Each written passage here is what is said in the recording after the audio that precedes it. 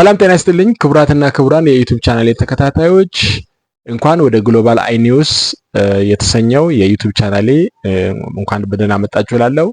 ዛሬ በመካከለኛው ምስራቅ ያለውን ውጥረት አሁንም ወደ ማይመለስበት የጦርነት ምዕራፍ መሸጋገሩን የሚታወቅ ሲሆን እንግዲህ ከእስራኤል የጦር አውሮፕላኖች የኒውክሌር ጣቢያዎች ድብደባ እስከ አቡዳቢ የሚሳኤል ጥቃት ከትራምፕ ብርቱ ማስጠንቀቂያ እስከ ሁቲዎች የቀይ ባህር ዛቻ ድረስ የቀጠናው ፖለቲካዊ መረጋጋት ወደ ማይመለስበት ደረጃ መድረሱን በዛሬው ዝግጅታችን ዓለምን እያስጨነቁ ያሉትን እነዚህን ሰበር መረጃዎች በዝርዝር ይዘንላችሁ እንቀርባለን።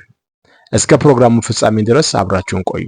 ፕሬዝዳንት ዶናልድ ትራምፕ ከኢራን ጋር ጦርነት ከተቀሰቀሰ በኋላ ለመጀመሪያ ጊዜ የካቢኔ ስብሰባ ማካሄዳቸው የተገለጸ ሲሆን በኢራን የኃይል መሰረተ ልማቶች ላይ ሊያካሂዱት የነበሩትን ጥቃት ለተጨማሪ 10 ቀናት ማለትም እስከ ሚያዝያ 6 ማራዘማቸውን ቢገልጹም ለቴህራን ግን ጠንከር ያለ ማስጠንቀቂያ ሰጥተዋል። የኒውክሌር ፍላጎቷ ካላቆመች ከፍተኛ ቅዠት የሚሆን እርምጃ እንደሚጠብቃት ዝተዋል። ይህም ውጥረት በአሜሪካ አክሲዮን ገበያ ላይ ከፍተኛ የዋጋ ቅናሽ ያስከተለ ሲሆን የነዳጅ ዋጋም በአንድ በርሜል ወደ $8 ማደጉ ተገልጿል። ወደ ቀጣዩ ዜና ስናልፍ የኔቶ ዋና ጸሐፊ ማርክ ሩት እንደገለጹት ፕሬዝዳንት ትራምፕ በኢራን ላይ የተሰነዘረውን ጥቃት ለአውሮፓ አጋሮቻቸው አስቀድመው ያላሳወቁበት ወታደራዊ ሚስጥራዊነቱን ለመጠበቅ ነው ሲሉ ገልጸዋል።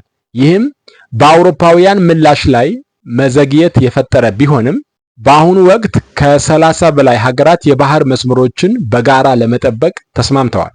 ኢራን በዲያጎ ጋርሲያን ላይ የሰነዘረችው የ4000 ኪሎ ሜትር ሚሳኤል ጥቃት ለኔቶ አጋሮች አዲስ ስጋት መፍጠሩ ተዘግቧል።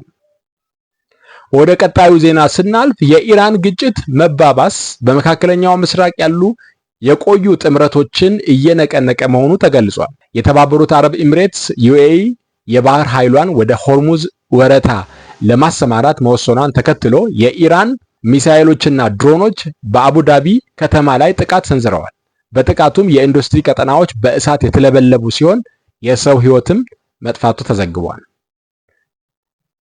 ወደ መጨረሻው የዜና ዘገባችን ስናልፍ 50 የሚሆኑ የእስራኤል የጦር አውሮፕላኖች በኢራን የኒውክሌር ጣቢያዎች ላይ ለሰዓታት የቆየ ድብደባ ፈጽመዋል።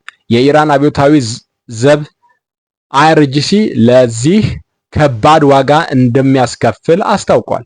በሌላው በኩል የየመን ሁቲዎች በቀይ ባህር ላይ አዲስ የባህር ላይ እገዳ ለመጣል እንደሚችሉና ወደ ጦርነቱም በይፋ መግባታቸውን ገልጸዋል።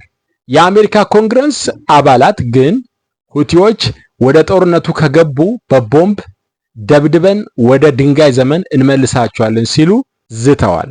እንግዲህ ውድ አድማጭ ተመልካቾቻችን የቀጠናው ሁኔታ በየደቂቃው እየተቀያየረ የሚገኝ ሲሆን እኛም ወቅታዊ መረጃዎችን በፍጥነትና በጥራት ማድረሳችንን እንቀጥላለን። እነዚህ መረጃዎች በየቀኑ እንዲደርሳችሁና የቻናላችን ቤተሰቦች ለመሆን ሳብስክራይብ ማድረጋችሁን እንዳትረሱ።